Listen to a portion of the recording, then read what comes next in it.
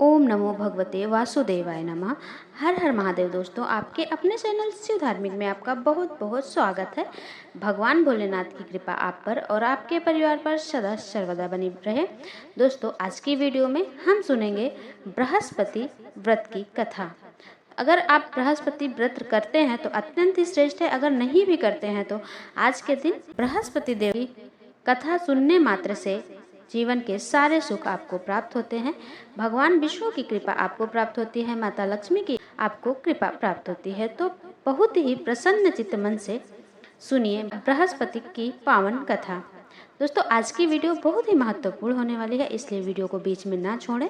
और वीडियो आपको पसंद आए तो वीडियो को एक लाइक तो ज़रूर करें, क्योंकि आपके लाइक से मुझे पता चलेगा कि मेरे द्वारा बनाई जा रही वीडियो आपके लिए उपयोगी है, आपको पसंद आ रही है। चैनल को सब्सक्राइब करके बेल आइकन को प्रेस कर दें। इससे ये होगा कि इस चैनल पर अपलोड होने वाली वीडियो की नोटिफिकेशन आपको सही समय पर प्राप्त होगी। तो आओ सुनते हैं बृहस्पति देव की व्रत कथा। भारतवर्ष में एक प्रतापी और दानी राजा राज्य करता था। वह नित्य गरीबों और ब्राह्मणों की सहायता करता था। यह बात उसकी रानी को अच्छी नहीं लगती थी।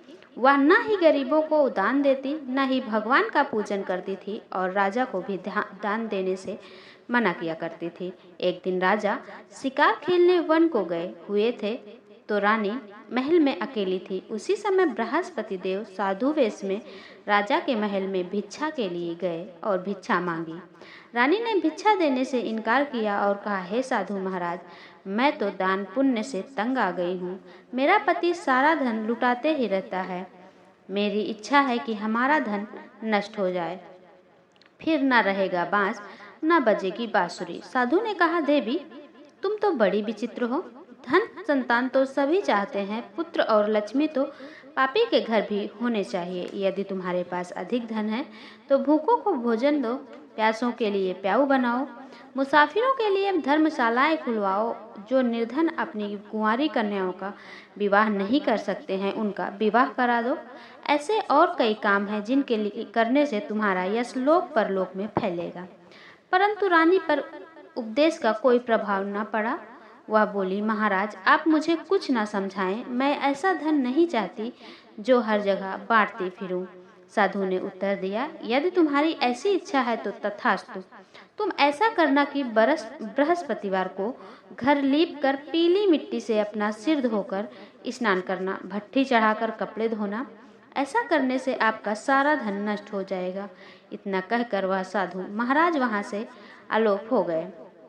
साधु के अनुसार कही बातों को पूरा करते हुए रानी को केवल 3 बृहस्पतिवार ही हुए थे कि उसकी समस्त धन संपत्ति नष्ट हो गई।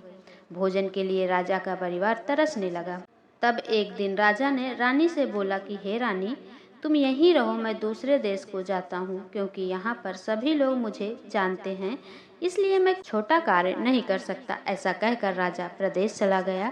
वहाँ वह जंगल से लकड़ी काट कर लाता और शहर में बेचता। इस तरह वह अपना जीवन व्यतीत करने लगा। इधर राजा के प्रदेश जाते ही रानी और दासी दुखी रहने लगी। एक बार जब रानी और दासी को 7 दिन तक बिना भोजन के रहना पड़ा तो रानी ने अपनी दासी से कहा, हे दासी, पास ही के नगर में मेरी बहन रहती है, वह बड़ी धनवान है। तू उसके पास जा और कुछ ले आ, ताकि थोड़ी बहुत गुजर बसर हो जाए।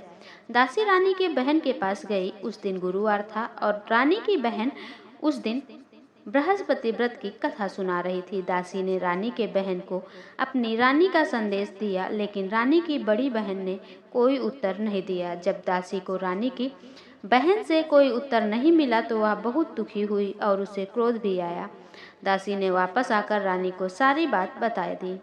सुनकर रानी ने अपने भाग्य को कोसा। उधर रानी की बहन ने सोचा कि मेरी बहन की दासी आई थी, परंतु मैं उससे नहीं बोली, इससे वह बहुत दुखी हुई होगी। कथा सुनकर और पूजन समाप्त करके वह अपने बहन के घर आई और कहने लगी, हे बहन, मैं बृहस्पतिवार का व्रत कर रही थी, तुम्हारी दासी मेरे घर आई थी, परंतु जब तक कथा होती है तब तक ना तो उठते हैं और ना ही बोलते हैं, इसलिए मैं नहीं बोली। हो दासी, क्यों गई थी? रानी बोली, बहन तुमसे क्या छिपाऊं, हमारे घर में खाने तक को अनाज नहीं था। ऐसा कहते कहते रानी की आंखें भर आई। उसने दासी समेत पिछले 7 दिनों से भूखे रहने की बात भी अपनी बहन को विस्तार पूर्वक सुना दी। रानी की बहन बोली, देखो बहन, भगवान बृहस्पति देव सबकी मनोकामना को पूर्ण करते हैं। देखो, शायद तुम्हारे घर में अनाज रखा हो। पहले तो रानी को विश्वास नहीं हुआ, पर बहन के आग्रह करने पर उसने अपनी दासी को अंदर भेजा तो उसे सचमुच अनाज से भरा एक घड़ा मिल गया। यह देखकर दासी को बड़ी हैरानी हुई। दासी रानी से कहने लगी, हे रानी, जब हमको भोजन नहीं मिलता तो हम व्रत ही तो करते हैं, इसलिए क्यों न इनसे व्रत का और कथा की विधि पूछ ली जाए ताकि हम भी व्रत कर सकें। तब रानी ने अपने बहन से बृहस्पति व्रत के बारे में पूछा। उसकी बहन ने बताया, बृहस्पति के व्रत में चने की दाल और मुनक्का से विष्णु भगवान का केले की जड़ में पूजन करें तथा दीपक जलाएं, व्रत कथा सुने और पीला भोजन ही करें। इससे बृहस्पति देव प्रसन्न होते हैं। व्रत और पूजन विधि बताकर रानी की बहन अपने घर लौट गई। 7 दिन के बाद जब गुरुवार आया तो रानी और दासी ने व्रत रखा। घुड़साल में जाकर चना और गुड़ लेकर आई, फिर उससे केले की जड़ तथा विष्णु भगवान का पूजन किया। अब पीला भोजन कहाँ से आए, इस बात को लेकर दोनों बहुत दुखी थी। चूंकि उन्होंने व्रत रखा था, इसलिए बृहस्पति देव उनसे प्रसन्न थे। इसलिए वो एक साधारण व्यक्ति का रूप धारण कर 2 थालों में सुंदर पीला भोजन दासी को दे गए। भोजन पाकर दासी प्रसन्न हुई और फिर रानी के साथ मिलकर भोजन ग्रहण किया। उसके बाद वे सभी गुरुवार को व्रत और पूजन करने लगी। बृहस्पति भगवान की कृपा से उनके पास फिर से धन संपत्ति आ गई, परंतु रानी फिर से पहले की तरह आलस्य करने लगी। तब दासी बोली, देखो रानी, तुम पहले भी इस प्रकार आलस करती थी, तुम्हें धन रखने में कष्ट होता था, इस कारण सभी धन नष्ट हो गया, और अब जब भगवान बृहस्पति की कृपा से धन मिला है तो तुम्हें फिर से आलस्य होता है। रानी को समझाते हुए दासी कहती है कि बड़ी मुसीबतों के बाद हमने यह धन पाया है, इसलिए हमें दान पुण्य करना चाहिए, भूखे मनुष्यों को भोजन कराना चाहिए और धन को शुभ कार्यों में खर्च करना चाहिए, जिससे तुम्हारे कुल का यश बढ़ेगा, स्वर्ग की प्राप्ति होगी और पितृ प्रसन्न होंगे। दासी की बात मानकर रानी अपना धन शुभ कार्यों में खर्च करने लगी, जिससे पूरे नगर में उसका यश फैलने लगा। बृहस्पति व्रत कथा के बाद श्रद्धा के साथ आरती करनी चाहिए। इसके बाद प्रसाद बांटकर उसे ग्रहण करना चाहिए।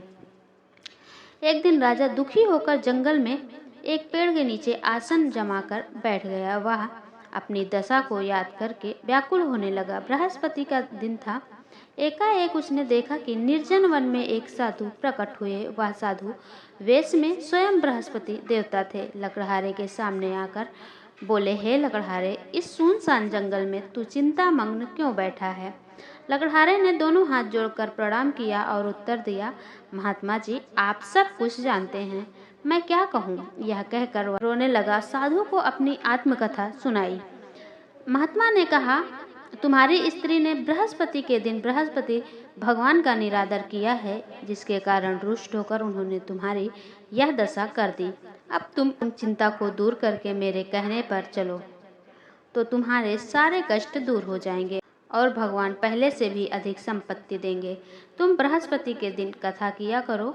2 पैसे के चने मुनक्का लाकर उसका प्रसाद बनाओ और शुद्ध जल से लोटे में शक्कर मिलाकर अमृत तैयार करो। कथा के पश्चात अपने सारे परिवार और सुनने वाले प्रेमियों में अमृत व प्रसाद बांटकर आप भी ग्रहण करो। ऐसा करने से भगवान तुम्हारी सब मनोकामनाएं पूरी करेंगे। साधु के ऐसे वचन सुनकर लकड़हारा बोला, हे प्रभु, मुझे लकड़ी बेचकर इतना पैसा नहीं मिलता जिससे भोजन के उपरांत कुछ बचा सकूं। मैंने रात्रि में अपनी स्त्री को व्याकुल देखा। मेरे पास कुछ भी नहीं जिससे मैं उसकी खबर मंगा सकूं। साधु ने कहा, हे लकड़हारे, तुम किसी बात की चिंता मत करो। बृहस्पति के दिन तुम रोजाना की तरह लकड़ियां लेकर शहर को जाओ। तुमको रोज से दुगना धन प्राप्त होगा, जिससे तुम भली भांति भोजन कर लोगे तथा बृहस्पति देव की पूजा का सामान भी आ जाएगा। इतना कहकर साधु अंतर्ध्यान हो गए। धीरे धीरे समय व्यतीत होने पर फिर वही बृहस्पतिवार का दिन आया। लकड़हारा जंगल से लकड़ी काटकर किसी शहर में बेचने गया। उसे उस दिन और दिन से अधिक पैसा मिला। राजा ने चना गुड़ आदि लेकर गुरुवार का व्रत किया। उस दिन से उसके सभी कलेश दूर हो गए। परंतु जब दोबारा गुरुवार का दिन आया तो बृहस्पतिवार का व्रत करना वह भूल गया। इस कारण बृहस्पति भगवान नाराज हो गए। उस दिन उस नगर राजा ने विशाल यज्ञ का आयोजन किया तथा शहर में यह घोषणा करा दी कि कोई भी मनुष्य अपने घर में भोजन न बनावे, न आग जलावे। समस्त जनता मेरे यहाँ भोजन करने आवे। इस आज्ञा को जो न मानेगा उसे फांसी की सजा दी जाएगी। इस तरह की घोषणा संपूर्ण नगर में करवा दी गई। राजा की आज्ञा अनुसार शहर के सभी लोग भोजन करने गए, लेकिन लकड़हारा कुछ देर से इसलिए राजा को उसके अपने साथ घर लिवा के ले गए और ले जाकर भोजन करा रहे थे तो रानी की दृष्टि उस खूंटी पर पड़ी जिस पर उसका हार लटका हुआ था। वह वहां पर दिखाई नहीं दिया। रानी ने निश्चय किया कि मेरा हार इस मनुष्य ने चुरा लिया है। उसी समय सिपाहियों को बुलाकर उसको कारागार में डलवा दिया।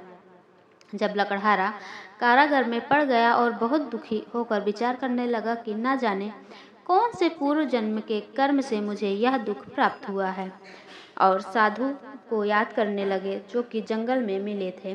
उसी समय तत्काल बृहस्पति देव साधु के रूप में प्रकट हुए और उसकी दशा को देखकर कहने लगे, अरे मूर्ख, तूने बृहस्पति देव की कथा नहीं करी, इस कारण तुझे दुख प्राप्त हुआ है। अब चिंता मत कर, बृहस्पतिवार के दिन कारागार के दरवाजे पर 4 पैसे पड़े मिलेंगे, उनसे तू बृहस्पति की पूजा करना, तेरे सभी कष्ट दूर हो जाएंगे। बृहस्पति के दिन उसे 4 पैसे मिले। लकड़हारे ने कथा कही। उसी रात्रि को बृहस्पति देव ने उस नगर के राजा को स्वप्न में कहा, हे राजा, तुमने जिस आदमी को कारागार में बंद कर दिया है वह निर्दोष है, वह राजा है, उसे छोड़ देना। रानी का हार उसी खूंटी पर लटका है। अगर तू ऐसा नहीं करेगा तो मैं तेरे राज्य को नष्ट कर दूंगा। इस तरह रात्रि के स्वप्न को देखकर राजा प्रातःकाल उठा और खूंटी पर हार देखकर लकड़हारे को बुलाकर क्षमा मांगी तथा लकड़हारे को योग्य सुंदर वस्त्र आभूषण देकर विदा कर दिया। बृहस्पति देव की आज्ञा अनुसार लकड़हारा अपने नगर को चल दिया। राजा जब अपने नगर के निकट पहुंचा तो उसे बड़ा आश्चर्य हुआ। नगर पहले से अधिक बाग, तालाब, कुएं तथा बहुत सी धर्मशाला, मंदिर आदि बन गई। राजा ने पूछा, यह किसका बाग है और धर्मशाला है? तब नगर के सब लोग कहने लगे, यह सब रानी और बांदी के हैं। जो राजा को आश्चर्य हुआ और गुस्सा भी आया। जब रानी ने यह खबर सुनी कि राजा आ रहे हैं तो उन्होंने बांदी से कहा कि हे दासी, देख, राजा हमको कितनी बुरी हालत में छोड़कर गए थे। हमारी ऐसी हालत देखकर वह लौट न जाए, इसलिए तू दरवाजे पर खड़ी हो जा। आज्ञा अनुसार सी दरवाजे पर खड़ी हो गई। राजा आए तो उन्हें अपने साथ लेवा लाई। तब राजा ने क्रोध करके अपनी रानी से पूछा कि यह धन तुम्हें कैसे प्राप्त हुआ? तब उन्होंने कहा, हमें यह सब धन बृहस्पति देव की इस व्रत के प्रभाव से प्राप्त हुआ। राजा ने निश्चय किया कि 7 रोज बाद तो सभी बृहस्पति देव का पूजन करते हैं, परंतु मैं प्रतिदिन दिन में 3 बार कहानी तथा रोज व्रत किया करूँगा। अब हर समय राजा के दुपट्टे में चने की दाल बंधी रहती थी। दिन में 3 बार कहानी कहता। एक रोज राजा ने विचार किया, चलो अपने बहन के यहाँ हो आऊं। इस तरह निश्चय कर राजा घोड़े पर सवार होकर अपनी बहन के यहाँ चलने लगा। मार्ग में उसने देखा कि कुछ आदमी एक मुर्दे को ले जा रहे हैं। उन्हें रोककर राजा कहने लगा, अरे भाइयों, मेरे बृहस्पति देव की कथा सुन लो। वह बोले, लो, हमारा तो आदमी मर गया है, इसको अपनी कथा की पड़ी है। परंतु कुछ आदमी बोले, अच्छा कहो, हम तुम्हारी कथा भी सुनेंगे। राजा ने दाल निकाली और जब कथा आधी ही हुई थी कि मुर्दा हिलने लगा, और जब कथा समाप्त हो गई तो राम राम करके मनुष्य उठकर खड़ा हो गया। आगे मार्ग में उसे एक किसान खेत में हल चलाता मिला। राजा ने उसे देखा और उससे बोले, अरे भैया, तुम मेरी बृहस्पति की कथा सुन लो। किसान बोला, जब तक मैं तेरी कथा सुनूंगा तब तक 4 हरैया जोत लूंगा। जा अपनी कथा किसी और को सुना। इस तरह राजा आगे चलने लगा। राजा के हटते ही बैल पछाड़ खाकर गिर गया तथा किसान के पेट में बड़ी जोर की दर्द होने लगी। उस समय उसकी माँ रोटी लेकर आई। उसने जब यह देखा तो अपने पुत्र से सब हाल पूछा और बेटे ने सभी हाल कह दिया। तो बुढ़िया दौड़ी दौड़ी उस घुड़सवार के पास गई और उससे बोली कि मैं तेरी कथा सुनूंगी तू अपनी कथा मेरे खेत पर चल के कहना। राजा ने बुढ़िया के खेत पर जाकर कथा कही, जिसके सुनते ही वह बैल उठ खड़ा हुआ तथा किसान के पेट का दर्द बंद हो गया। राजा अपने बहन के घर पहुंचा। बहन ने भाई की खूब मेहमानी की। दूसरे रोज प्रातःकाल राजा जगा तो वह देखने लगा कि सब लोग भोजन कर रहे हैं। राजा ने अपने बहन से कहा, ऐसा कोई मनुष्य है जिसने भोजन नहीं किया हो? मेरी बृहस्पतिवार की कथा सुन ले। बहन बोली, हे भैया, यह देश ऐसा ही है कि पहले यहाँ लोग भोजन करते हैं, बाद में अन्य काम करते हैं। अगर कोई पड़ोस में हो तो देखाऊं। वह ऐसा कहकर देखने चली गई, परंतु उसे कोई ऐसा व्यक्ति नहीं मिला जिसने भोजन ना किया हो। अतः वह एक कुम्हार के घर गई, जिसका लड़का बीमार था। उसे मालूम हुआ कि उनके यहाँ 3 रोज से किसी ने भोजन नहीं किया है। रानी ने अपने भाई को कथा सुनने के लिए कुम्हार से कहा। वह तैयार हो गया। राजा ने जाकर बृहस्पतिवार की कथा कही, जिसको सुनकर उसका लड़का ठीक हो गया। अब तो राजा की प्रशंसा होने लगी। एक रोज राजा ने अपनी बहन से कहा कि हे बहन, हम अपने घर को जाएंगे, तुम भी तैयार हो जाओ। राजा की बहन ने अपनी सास से कहा। सास ने कहा, हाँ चली जा, परंतु अपने लड़कों को मत ले जाना, क्योंकि तेरे भाई के कोई औलाद नहीं है। बहन ने अपने भैया से कहा, हे भैया, मैं तो चलूंगी पर कोई बालक नहीं जाएगा। राजा बोला, जब कोई बालक नहीं चलेगा तब तुम ही क्या करोगी? बड़े दुखी मन से राजा अपने नौकर को लौटाया। राजा ने अपनी रानी से कहा, हम निर्वंशी हैं, हमारा मुंह देखने का धर्म नहीं है और कुछ भोजन आदि नहीं किया। रानी बोली, हे प्रभु, बृहस्पति देव ने हमें सब कुछ दिया है, वह हमें औलाद अवश्य देंगे। उसी रात को बृहस्पति देव ने राजा के स्वप्न में आकर कहा, हे राजा, उठ, सभी सोच त्याग दे, तेरी रानी गर्भ से है। बृहस्पति देव की यह बात सुनकर बड़ी खुशी हुई। 9वें महीने में उसके गर्भ से एक सुंदर पुत्र पैदा हुआ। तब राजा बोला, हे रानी, स्त्री बिना भोजन के रह सकती है, पर बिना कहे नहीं रह सकती। जब मेरी बहन आवे तुम उससे कुछ कहना मत। रानी ने सुनकर हाँ कर दिया। जब राजा की बहन ने यह समाचार सुना तो वह बहुत खुश हुई तथा बधाई लेकर अपने भाई के यहाँ आई। तभी रानी ने कहा, घोड़ा चढ़कर तो नहीं आई, गधा चढ़ी आई। राजा की बहन बोली, भाभी, मैं इस प्रकार न कहती तो तुम्हें औलाद कैसे मिलती? बृहस्पति देव ऐसे ही हैं, जैसे जिसके मन में कामनाएं हैं सभी को पूर्ण करते हैं। जो सद्भावना पूर्वक बृहस्पतिवार का व्रत करता है एवं कथा पढ़ता है अथवा सुनता है, दूसरों को सुनाता है, बृहस्पति देव उसकी सभी मनोकामना पूर्ण करते हैं।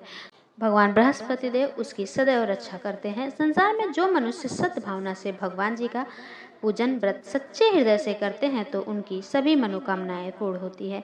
जैसी सच्ची भावना से रानी और राजा ने उनकी कथा का गुणगान किया तो उनकी सभी इच्छाएं बृहस्पति देव जी ने पूर्ण की थी। इसलिए पूर्ण कथा सुनने के बाद प्रसाद लेकर जाना चाहिए। हृदय से उसका मनन करते हुए जयकारा बोलना चाहिए। बोलो बृहस्पति देव की जय, भगवान विष्णु की जय। दोस्तों, आशा करती हूँ वीडियो आपको अच्छी लगी हो। वीडियो अच्छी लगी हो तो वीडियो को लाइक कर दें। मिलती हूँ मैं अगले वीडियो में अगली जानकारी के साथ। तब तक के लिए नमस्कार।